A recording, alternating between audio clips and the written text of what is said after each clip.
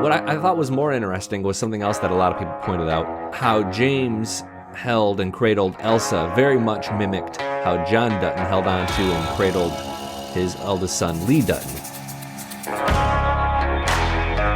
We thought we had it all figured out, but new information continues to trickle in about the end of 1883 in the next season of Yellowstone. Meanwhile, one cast member has been very, very quiet about the show. Why? I'm Addison Hager, and this is our own season finale. The Dutton Rules podcast has explored Yellowstone, 1883, and what's available about upcoming spin-offs of 1932 and the Four Sixes. Today, we package everything we know about what's to come in a neat, tidy box while taking a stab at some of those loose ends about all of these shows. Did you know you can watch Yellowstone on Blu-ray? Billy Dukes will join me as usual, and you will too. Fan emails at staff@tasteofcountry.com play a big role for this reshaping of certain facts about the 1883 finale. There was a parallel between the deaths of Elsa Dutton and Lee Dutton that we just have to talk about. Has everyone else noticed that the first Dutton child always seems to die young? If you're new to the podcast, be sure to look out for conversations with stars like Cole Hauser, Sam Elliott, and more in the archives, as well as deep diving interviews with Jefferson White and Eric Nelson. This is your home for Yellowstone analysis and insight, plus episode breakdowns and theories. And when new episodes of these shows drop, we'll be right back here to work through drama with you. So tap follow and leave a rating and review, and then settle in as we talk about everything we know about what's next for 1883, Yellowstone, 1932, and more.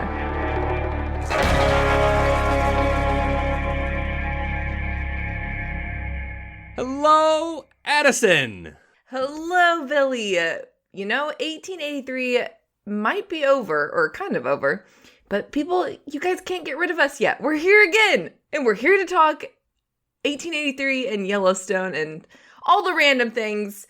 Well, we thought we'd just kind of tie a bow on the season of 1883 and maybe get people started thinking about Yellowstone and some of these new spin-offs and have some kind of firmed up information about these new shows, kind of all neatly packaged in one spot, so people know what's coming, not only with the Paramount Network variety of shows regarding 1883 and Yellowstone, but also with this podcast, because we got some cool things happening as well in the next few months, even if we are going to take a little bit of a break. Well, I first want to know, when we ended the last episode and we had a trivia question, before we kick things off today, I want to know who won the trivia, what you're going to have to do, and remind us what that trivia question was.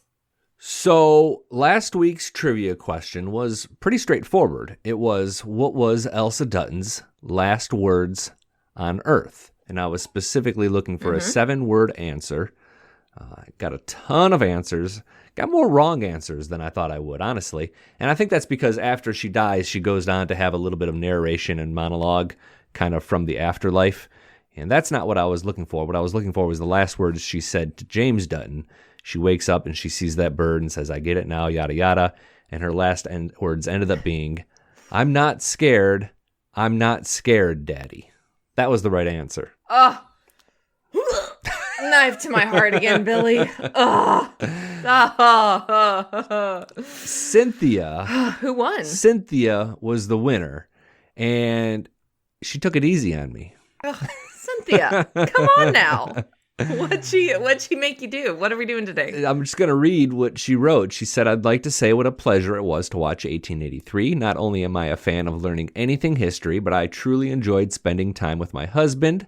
After being married over 20 years, it's nice to sit down and look forward to do something together, like watching this show. It was an awesome show, and it's sad to say that Sunday I was looking forward to nothing.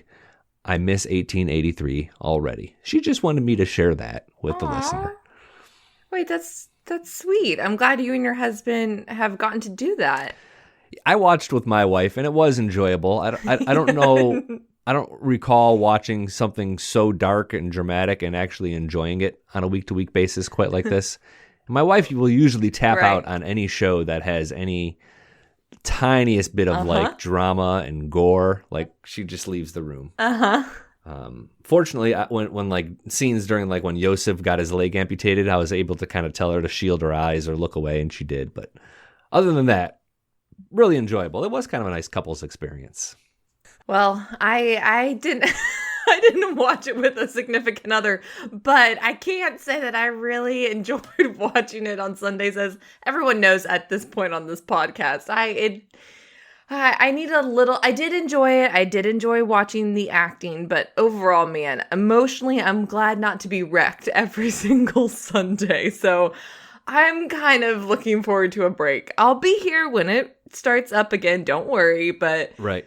I'm glad to emotionally be taking a break. Well, staff@tasteofcountry.com is the email address. And if like 9 months from now, the 1883 baby boom begins and there's all these baby Duttons because of couples watching together, let us know that that's how life started for your son or daughter.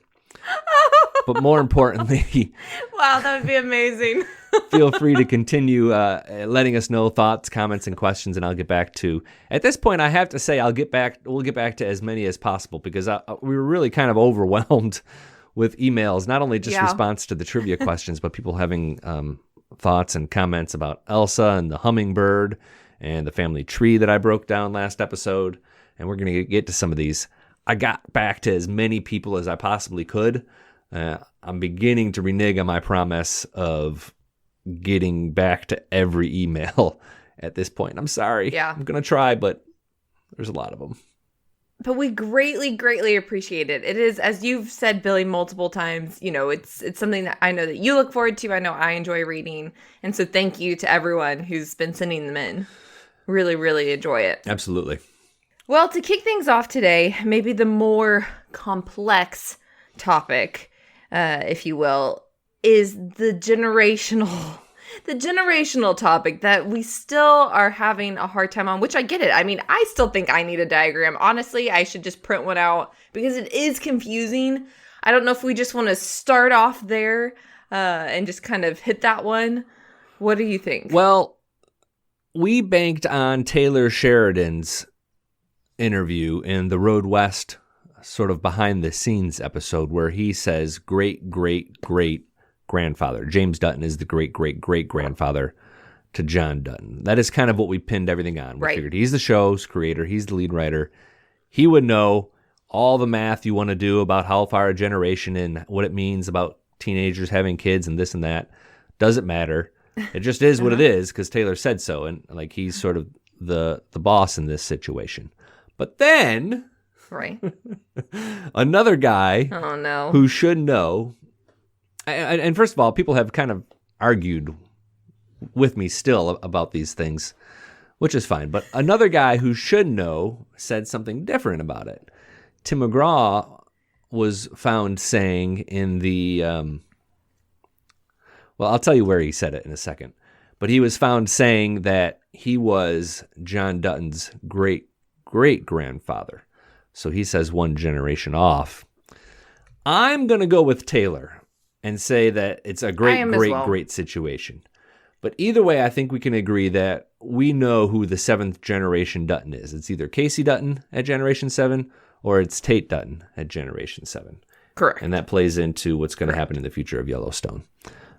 So the result is probably the same, depending on if you believe Tim or Taylor. I don't know. I agree with you I think Taylor being the actual, main creator, not the main creator. He is the creator of all things Yellowstone and 1883. I'd go with that person and just assume that maybe Tim just said it wrong or. Well, because he did before. Like to kick off the confusion, he said that John Dutton was his great-grandson. So he's been wrong on this topic before. The venue for which Tim said these things, I didn't even know it still existed. But apparently the Blu-ray DVD version of Season 4 of Yellowstone is available in some capacity. And in the bonus episodes, there's a clip of Tim McGraw saying this. I got to give credit to cinemablend.com for listening, not only getting a hold of the Blu-ray and owning a Blu-ray player, but also sifting through the bonus section and finding this little nugget to report on, because I didn't do that. I didn't do that research. Okay, Billy, I will say, you were making Blu-ray sound like it's a VHS, and I think that's a little dramatic. Okay, I fully admit I still am a sucker for a good Redbox movie. I will admit, people look at my friends and go, okay, I'm sorry, you know that you can literally stream that on Amazon, like there's ways to rent it. I get it. I totally get it. However, speaking of bonus episodes, that is one of my favorite things. Is they're not as much on newer. Clearly, I very actively still watch DVDs or in Blu-ray, but I wouldn't say it's as much of a thing. But man, you give me a good like Freaky Friday, Lindsay Lohan, and they give you all the fun, like behind the scenes, how it's taped.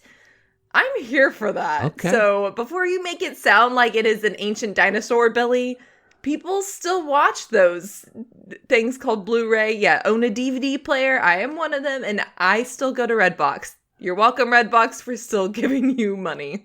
I'm just envisioning you at the CVS lifting up that little shade that they put over the screens so that the sun doesn't bleach their screen out, and looking for these DVDs. I gotta admit, I never really figured out how Blu-ray differentiated from DVD. Like, I kind of hopped off the DVD. I haven't had a DVD player in probably 5 years, at least. And I never owned a Blu-ray player. Like, I don't know what the difference is, if I'm being honest. Well, I was about to say, this is not the topic for here, No, nor but do we need to go down this rabbit hole, but I'm pretty sure that a DVD player, you can play a DVD or Blu-ray. Blu-ray is just more high definition. Don't quote me on that, anyone listening. I am not the pro. I'm not claiming to be the pro, but Billy, I don't think there is a difference, coming from the person who watches them actively. All right. Okay, yes, moving on past that. Now that we've laid the groundwork there, what do we have next, Billy, that you're just itching to topic? What do we have next, Billy, that you're just itching to talk about? What should we dive into? Isabel May. Okay. Well, what are we going to talk about there? Well, the thing is, we're not going to talk about anything. Have you noticed that, like, she has sort of ghosted? Like, people have been doing a lot of media to support the finale of this show. We've seen a lot from Tim McGraw on late night shows. Faith Hill has done a few. Sam Elliott's been kind of making the rounds. Monica Garrett has been making the rounds. Have you seen or even read a one-on-one interview with actor Isabel May?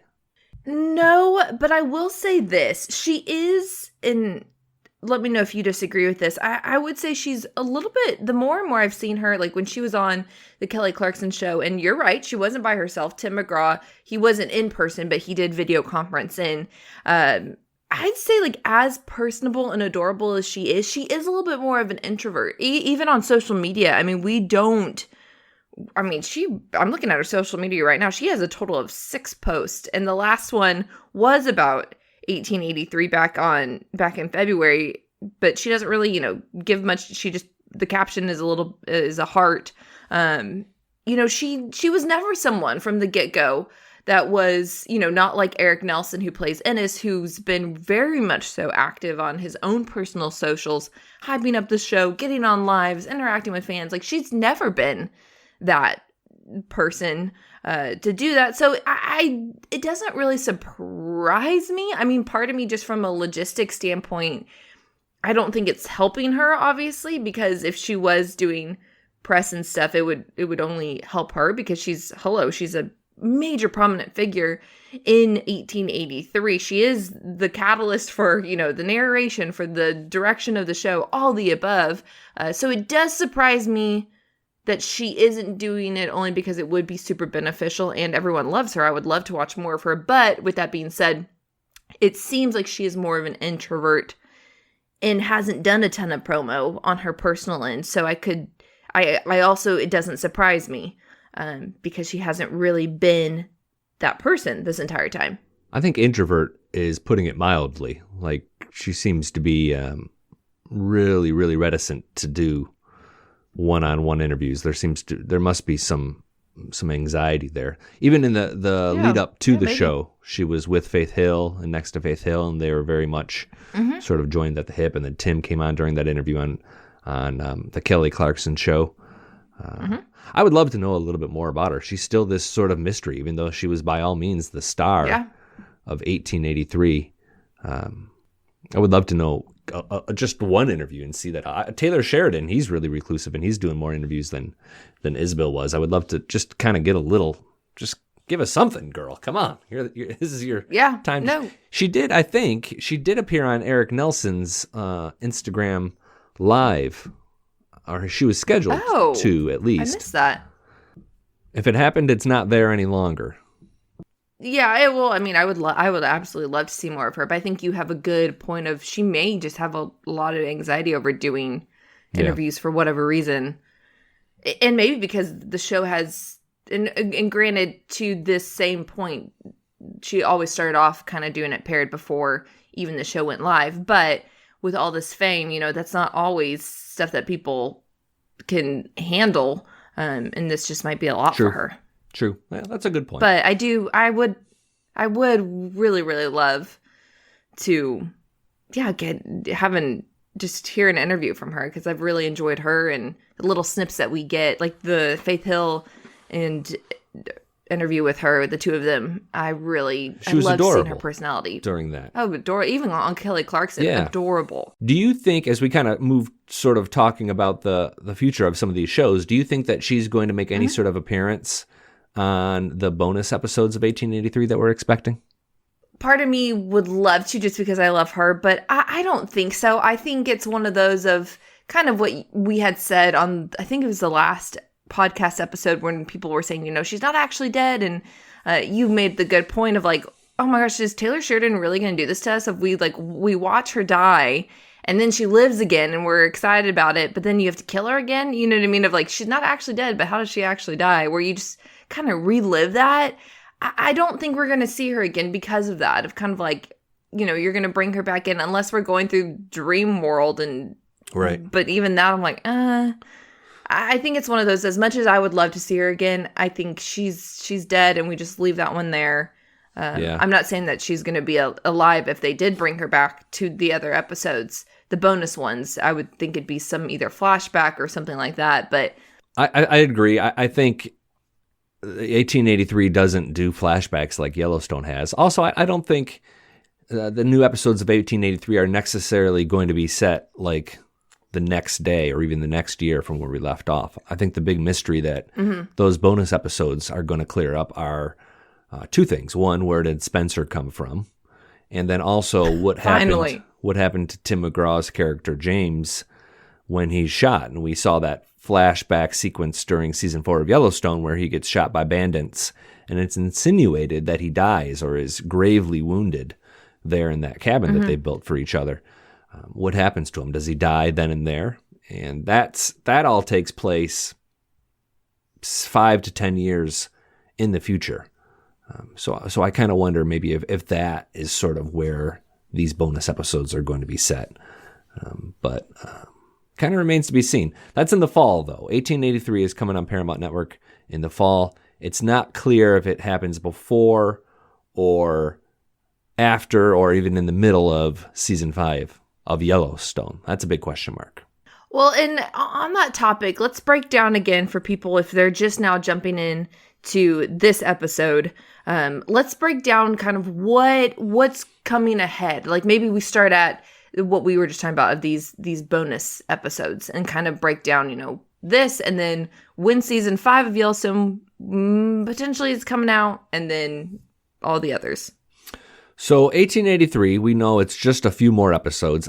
I think a good guess is 2 to 4 episodes, because really any more than that, and then you really do have a season.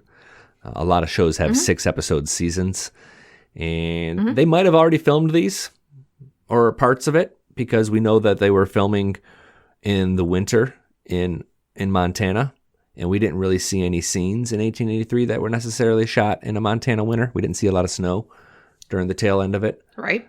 So we might see some of those hardships.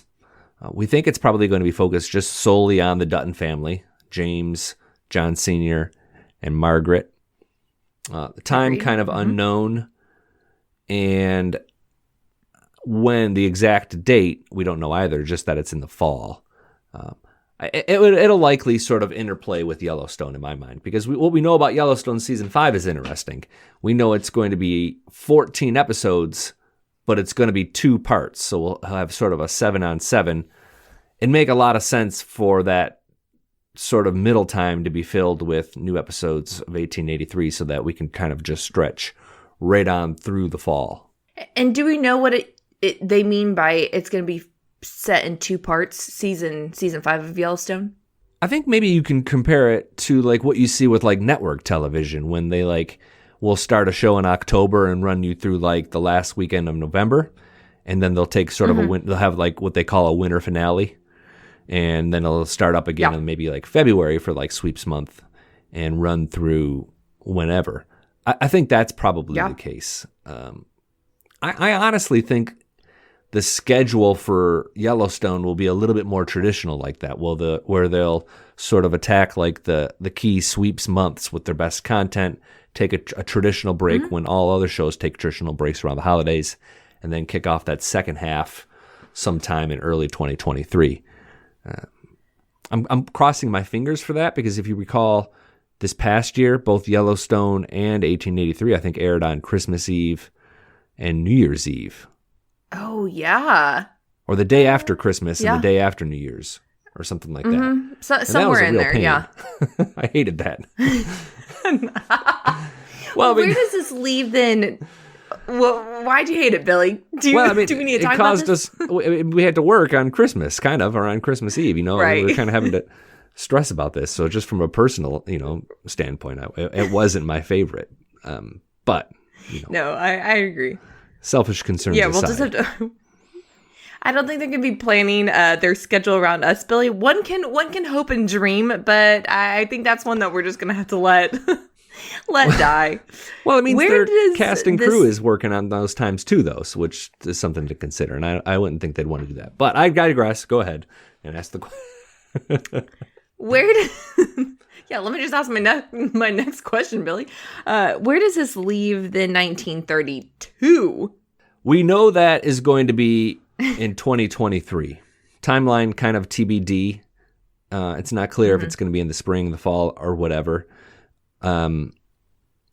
This show, I believe, is going to be focused on the character we know as John Sr., as played by Audie Rick in 1883, and then later played by Jack Michael Doak, is I think that young man's name that we saw in the flashback sequences. I think he's going to be kind of the central character, and we'll have a different actor for him. He'd be about 50-some years old, so very, very much a John Dutton-like character.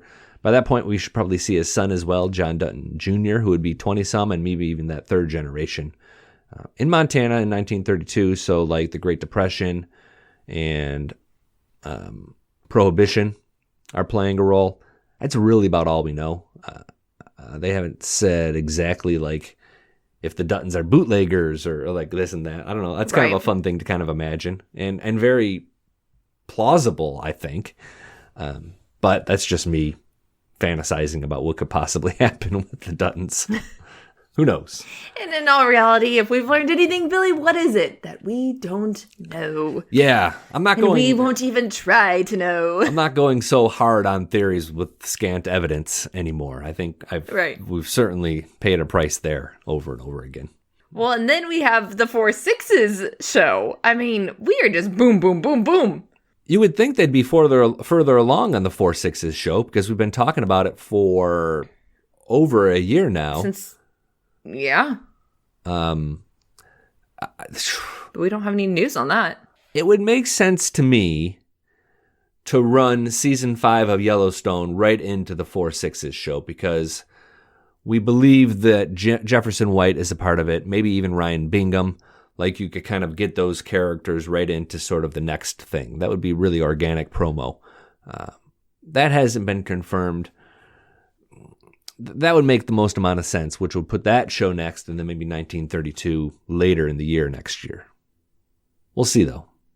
One other thing to note here is that season 4 of Yellowstone is finally coming to Peacock in late March, which means you'll be able to watch all episodes, all seasons of Yellowstone now on one network, on the Peacock network. Heck yeah. So you got to stream a separate package from Paramount Plus, but if you are a Xfinity Comcast subscriber, and this isn't a promo, this is just a fact of life, you get something called the Flex Box, which allows you to get Peacock for free.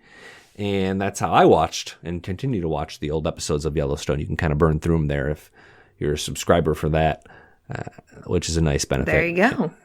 So maybe they'll even include some of those little bonus episodes, like we saw Tim McGraw talking about 1883, and they could talk about some of the music. I mean, there's a lot of ways you could kind of stuff bonus material in there. I mean, Yellowstone had so much country music material as part of the show, and artists on the show or music used on the show, that I think you could probably even include interviews with some of the artists who are fans. I'd watch that, little packages and episodes.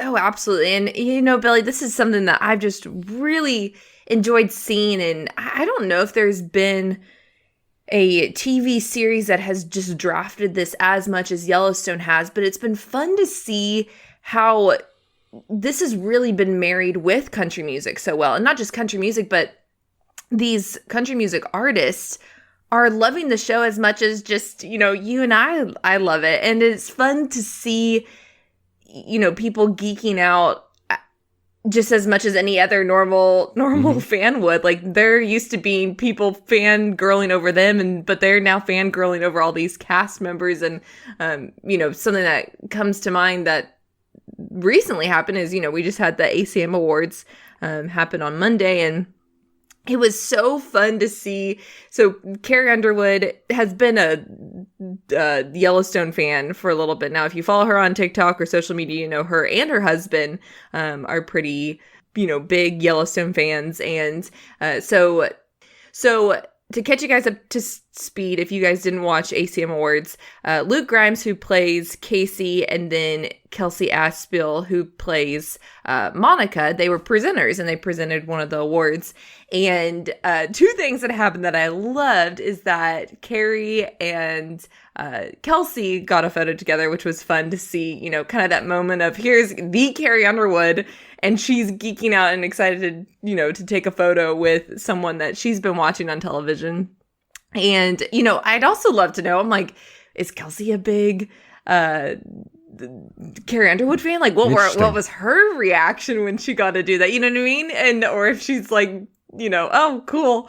And then it was also fun to see Walker Hayes, and he posted this on his Instagram, but he has, the classic selfie of both Kelsey and Luke pressed, close to his face, trying to get all three of them in the shot of like classic, geeking out, I'm a fan of you moment. It's been fun to see, I'm trying to think, Chris Lane is also a big, Yellowstone fan. I think the thing about Yellowstone is their fans are very outspoken and proud to be fans. And so it's cool to see, these big country music artists being as, a little kid at heart giddy and just geeking out over a show that pretty much everyone can relate to. So I think that's what makes it fun, is it's like, you're geeking out, but I'm also geeking out. So, I don't know. It's been fun to see all that to be said. Well, a few of them were surprising to me. I thought Walker Hayes being a fan of Yellowstone was pretty surprising. I just didn't see that coming. Walker hasn't been, I will agree with you on that. Outside of that selfie, I don't really feel like he's been as, outspoken. Like I said, Chris Lane and his wife, Lauren, are two people who they talk about it a lot, and Lainey Wilson talks about it, and the list could go on. But yeah, Walker was one of those, a closeted fan that I didn't know about. Tim McGraw, that's how he got his start. He said from the get-go he was a fan of the show from the very first episode. So when Taylor Sheridan called him, he's like, oh, heck yeah, I want to be he just thought he was signing up for a cameo appearance. But I could see others that maybe we don't even know about. At times, I've thought a lot of the characters on the show looked like George Strait. I would love to see like a George Strait cameo as like one of John Dutton's good old boyfriends. That'd be kind of interesting. And George has done a little acting. Like, he might be kind of up for a fun little thing like that. Carrie has done a little bit of acting. I wouldn't say she's a great actress, but I will also say that I was not giving Faith Hill any credit prior to this. I really, I can't, I have nothing to say anymore because I lowballed Faith Hill. So you're right. Yeah, I mean, perhaps Carrie's, she's been working on it, and she could make an appearance. Yep. Or maybe she'll just remain a fan, which is probably more likely. But that was fun to watch. I thought that was cool to see Luke and Kelsey kind of geeking out a little bit with country artists at the ACMs. Pretty neat. Oh, I love it. And it married our two worlds together, which was also fun. Let's talk just a second about what's to come on the podcast here before we get into the Q&A. As we mentioned, we're going to take a little bit of a break, and we'll get started in earnest again when Yellowstone or 1883 or whatever show they introduce as being next starts to get more heavily promoted. We might drop in from time to time with some news and updates, and we're hoping to kind of integrate some like fan interviews, so to speak. And I don't mean just like fans of the show, like artists like we were talking about who are fans, who maybe we can just get on to talk about maybe what they got going on, but also why they like Yellowstone, people you have heard of, people maybe you've even seen on the show. There's a couple of leads we're kind of tracking down. So, every few weeks you might see the feed sort of populate with a new episode from us until the show gets kind of cooking again in the summer or fall or whenever that is. And all that to be said, you guys aren't losing us completely. We're just not pushing stuff out as constant. Addison and I actually do another podcast that's coming back as well that we'll probably reintroduce as part of this feed. If you are a country music fan, it's something that you might really be able to sink your teeth into. This podcast is sponsored by Cloud Optimizer. As a business owner or IT manager, are your cloud investment costs going up and you don't know why? It's time for Cloud Optimizer. As you migrate your business to the cloud, what you're spending and why you're spending it can get a little hazy. But Cloud Optimizer clears up the mystery and puts the cloud to work for you. Cloud Optimizer starts by analyzing usage patterns, right-sizing resources, leveraging discounts you may not be aware of, implementing automation, and much more. And by reducing unnecessary expenses and maximizing performance, Cloud Optimizer guarantees you a savings of 5 times what you spend for their service. As you utilize cloud-based services more and more, you don't have to lose sight or control of your spend. You can stay agile, streamline your costs, and optimize your performance, plus save significant money with Cloud Optimizer. Make the cloud work for you with Cloud Optimizer. Get a free assessment and find out how much you can save by going to cloudoptimizer.com. Go to cloudoptimizer.com for your free assessment. That's cloudoptimizer.com. Alrighty, well, on that note, you guys know at this point, if you've been listening, how we always end them. We do some fan Q&A from you guys. So, Bill, are you ready for us to dive in? Yeah, I'm ready. Who we got this week? Alrighty, I have 3 for you. The first one is from Cody, who says Yosef is bitten by a rattlesnake in episode 9 of 1883 and survives for several days until they can amputate his leg, and of course lives until through the end of the season. In episode 1, season 4 of Yellowstone, Rip visits Rourke while he is fly fishing in the river and throws a rattlesnake from a cooler at him. As we know, who can forget the cooler moment? As we know, it bites Rourke in the face and we see him die a few moments later. I think it's an acceptable discrepancy, but something I did find interesting. That is a very great point, and I don't know enough about rattlesnakes to even make an argument to this. What are your thoughts, Billy? Well, I'm not a snake expert either, but I think everybody who watched that scene with Rourke, while we loved the moment and the fact that he pulled a rattlesnake out of the cooler and threw it at Josh Holloway's character and killed him, that was a really kind of cool, satisfying moment. Was it realistic? Yeah. I don't think it was. It did bite him in the face, so maybe he would die quicker, but he died within 30 seconds or a minute of screen time. Right, instant. Yeah, and then it took Yosef a long time to finally, even for the virus or the venom to work its way up its leg, it took days, if not weeks. So a little bit of a discrepancy there. I see Cody's point. I'm willing to allow it myself because that was such a dang interesting scene, but it probably wasn't we'll lose most sleep accurate. over that one. Okay, next one I have for you is from Melissa and says the spot where Elsa picks to die between those 2 trees. Is that the same spot where John Dutton in Yellowstone rides his horse and has a bench and where his wife is buried? I would love to know the extent to which they picked some of the same spots to shoot some of these scenes, because It was in Montana where they filmed these last episodes of 1883, and a lot of the sort of floral scenes looked similar. I don't know the answer to this question per se. What I thought was more interesting was something else that a lot of people pointed out, was that how James held and cradled Elsa very much mimicked how John Dutton held on to and cradled his eldest son, Lee Dutton, when he died in the very first season, very first episode of Yellowstone back in 2018. Like, those scenes were almost identical, looked very similar. I think there was even a bird involved in both of them. And I kind of wondered if that was the same tree that John Dutton was leaning against as he held on to Lee. It's not confirmed either way, but a lot of people pointed that out, and I thought it was super interesting. Yeah, absolutely. Okay, the last one I have for you is from Nancy, who says, as a prediction for the eventual ending of Yellowstone, I think John Dutton will place the ranch into a trust or a land conservancy for the Native American tribe, with the provision that the Duttons can continue living on the ranch till Tate and his siblings are dead. That will protect the land from developers, will provide for the current generations of the Dutton family, and return the land to its rightful owners. Nancy sent a long email that I think was probably about the smartest email we've gotten through doing this podcast. Like, every one of her points not only made me sort of tilt my head and go, oh, but I think she was absolutely right. This was the big one, I think. And I think she kind of, this is about the best you can do as far as a prediction. I think she's absolutely right that something like this could happen. We think it's going to the tribe.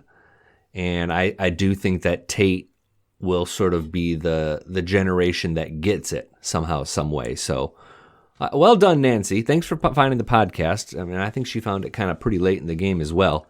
And I appreciate this email. We got so many super smart emails after the season finale. Abigail did some research for me to see if hummingbirds exist on Oregon beaches. They do. Oh, wow. And they do. Okay. Yeah. A shout out to her.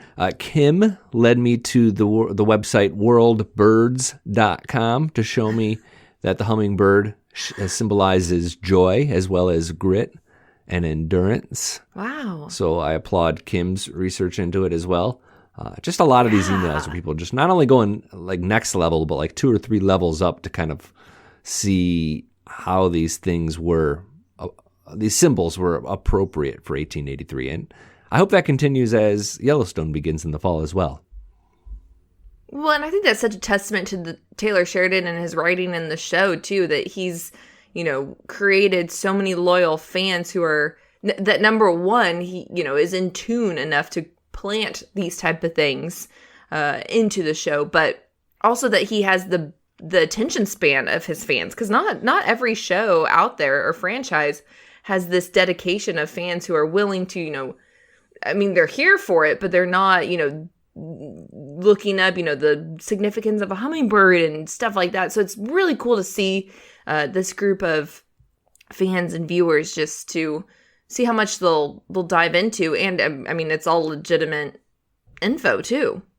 Did you see the note? And I don't know if this affects you, but the city of Fort Worth is just booming right now in Texas. Like revenues for tourism from like 1 in 5 tourists are coming to Fort Worth now because they heard about it on a show like 1883. Like, it is just a boom for the town of Fort Worth. Yeah. Well, good for them. Fort Worth. Come one, come all. That's a good 3-hour drive from me, but I personally love, if anyone's been to Fort Worth, I personally love Fort Worth. Like, if I were to move anywhere else in Texas, I would absolutely move there. I'm not moving there, but it's a quaint little town. So, well, little is not. It's growing, but dang. Well, good for them. Good for Fort Worth. Can I put one other thing out there, like for people to comment on, either in the reviews section if they're listening and they can, or just email at staff@tasteofcountry.com.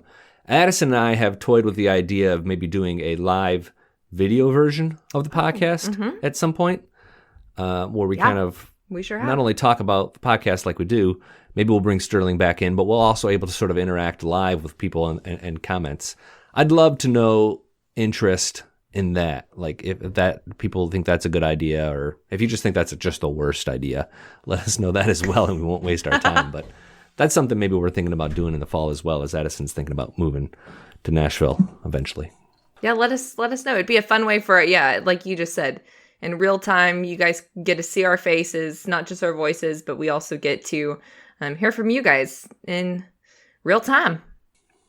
Nothing edited. It's scary. Once again, the email address is staff@tasteofcountry.com for any questions, comments, or ideas about the future of Yellowstone, 1883, 1932, or any other show that Taylor Sheridan drops on us before we talk again. On behalf of Billy Dukes and the entire Dutton Rules team, thanks so much for listening. Be sure to tap follow so new episodes pop to the top of your feed this spring and summer.